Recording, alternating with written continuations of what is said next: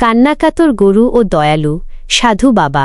একটি গরু গভীর জঙ্গলের মধ্য দিয়ে হেঁটে যাচ্ছিল আর আপন মনে জোরে জোরে কান্না করছিল।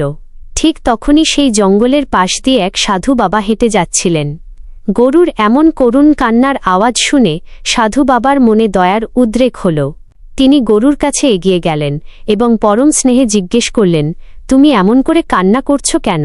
তখন গরুটি কেঁদে কেঁদে উত্তর দিল, সাধু বাবা, আমার ছোট্ট বাছুর ছানাটি এই জঙ্গলের মধ্যে কোথায় যেন হারিয়ে গেছে। আমি তাকে কোথাও খুঁজে পাচ্ছি না। আসলে গরুটি না জানলেও ঠিক ওই সময়ই দেখা যাচ্ছিল যে তার বাছুর ছানাটি জঙ্গলের অন্য প্রান্তের একটি পুকুর পাড়ে মনের সুখে কচি ঘাস খাচ্ছে। গরুর দুঃখ দেখে সাধু বাবা তাকে সান্ত্বনা দিয়ে বললেন, তুমি কেঁদো না, শান্ত হও।